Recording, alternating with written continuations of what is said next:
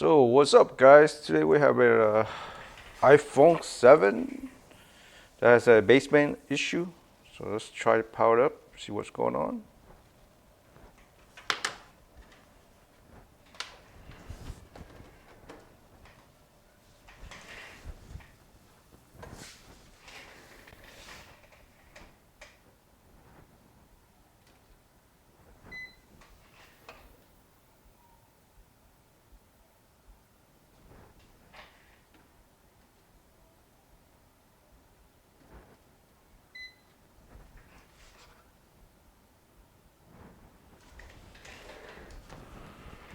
Okay, as you can see, we have no service. Um, Usually,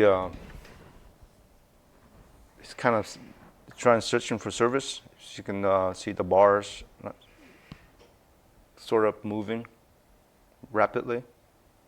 It means it's searching for service. And if you can click the screen off and open it again, and if you click on info, it should be an IMEI number, but you don't see the IMEI number. All you see is the serial number, but there's no IMEI number.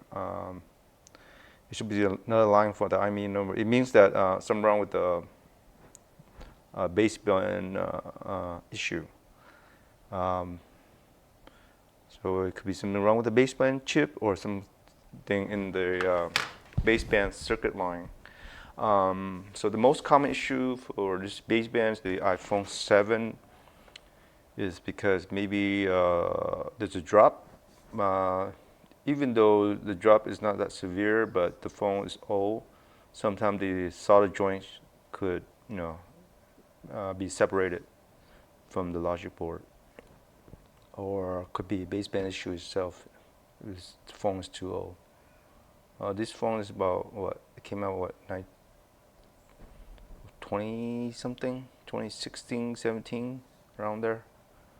So that's almost about 8 years old, something. Okay.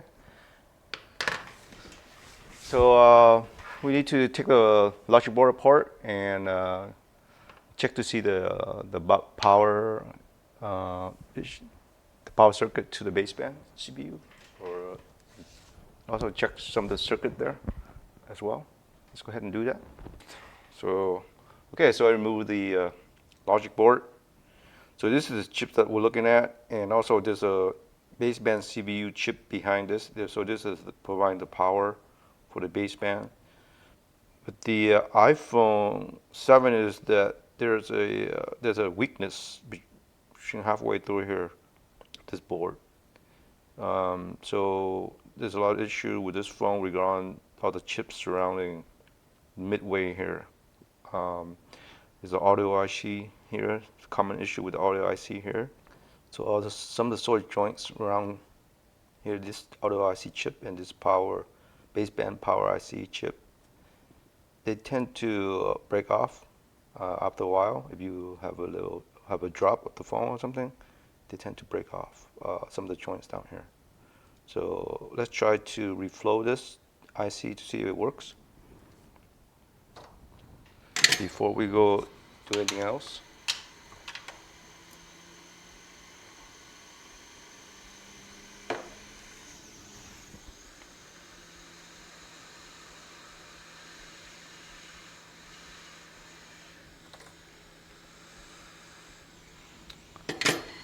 So before we do that, let's try to minimize the heat, because in the back there's a baseband CPU.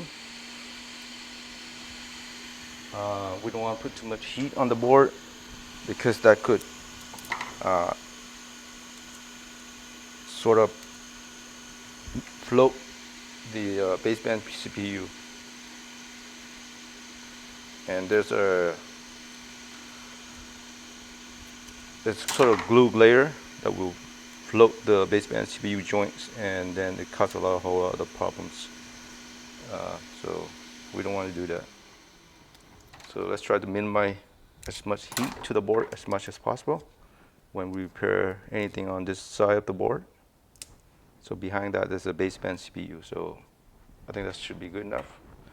This is to minimize the heat. Just go only the heat go to um, the power baseband CPU is good enough.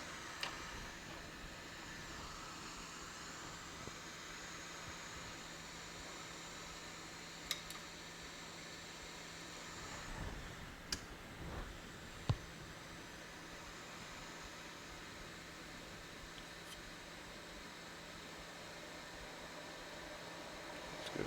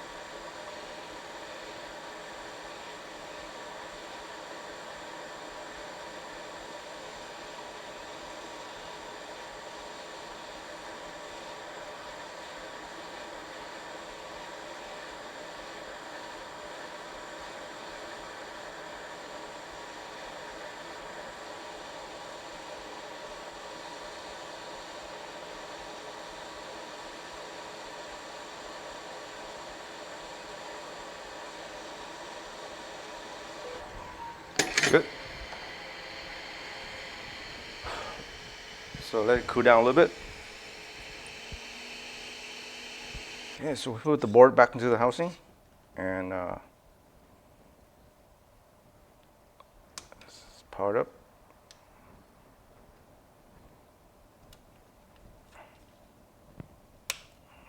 Sure, we get this LCD screen in correctly. Good.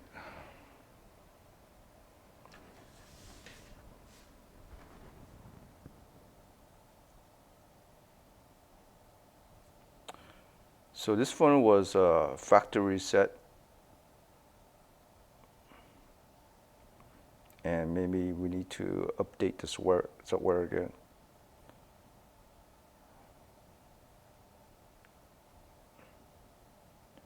Nope.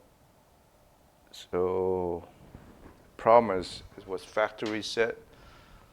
So we would need to update the software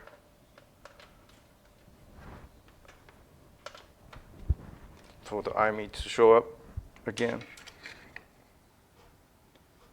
Okay, and so we can't activate it.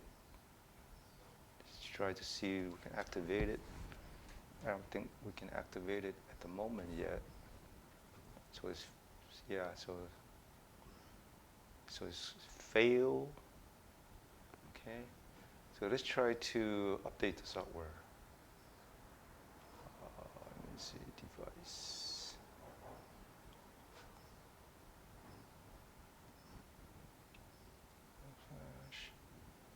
download the software. So we're not gonna retain because there's nothing, no info in there. So, and let's do a quick flash. Yes. So let's wait for the software to download, and then we can proceed with the flash. And hopefully that get the CPU to read the baseband and upload the software, the IMEI number again. Okay, so we're updating the software.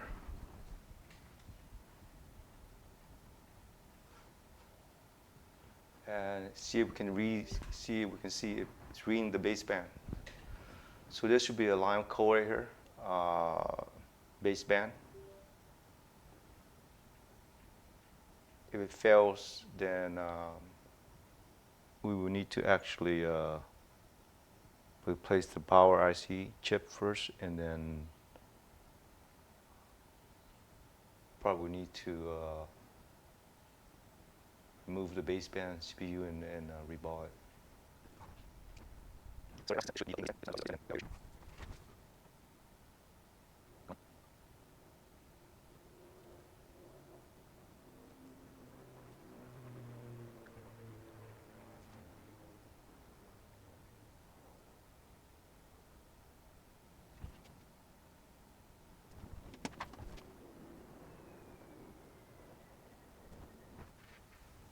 Okay, so we're about there.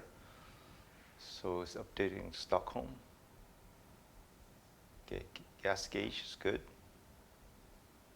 Okay, sending baseband data. This is important. So I did twice already. Updating baseband. All right.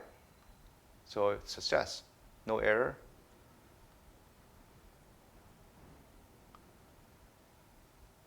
As you can see, baseband data, updating baseband data. So there's no error. It doesn't error. It was stuck. It won't go through this process. It was stuck there for quite a while before it goes through here.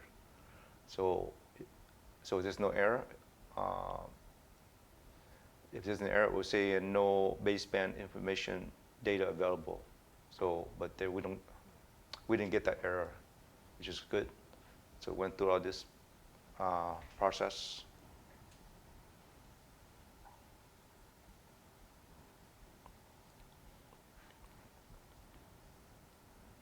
So let's try to finish up the firmware update.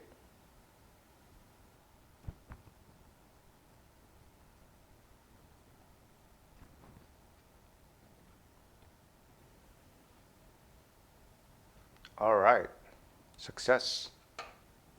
It's great. So the phone will reboot itself, and then we can go there check to see if it can read the IMEI or not. All right, we're in. So there was a crash. Let's check the crash on that one. Crash code, down chrono, cache report, baseband. See, baseband fail. It was crashed because of that. So which we resolve. Okay, let's try to activate. If it works, then it won't give us that error. All right. It's activated, which is good. So now it means that it's working. So I can see activated, yes, and we do see the IMEI number now. Last time we didn't see the IMEI number. Now the IMEI number shows up now, right? All right, guys. I think that was a success full repair. So we should be able to see the IMEI number when we click on the info button. As you can see, everything shows up now before just the IMEI number, before just the serial number here. Now we see the IMEI number right here showing up, everything. So the phone is working properly, and we don't see that no service notification anymore. We see is the no SIM card, which is the correct. We don't have a SIM card in there. It shouldn't say no service. It's supposed to say no SIM. It means that everything's working. So thanks guys, thanks for watching. Hope you guys enjoyed the video.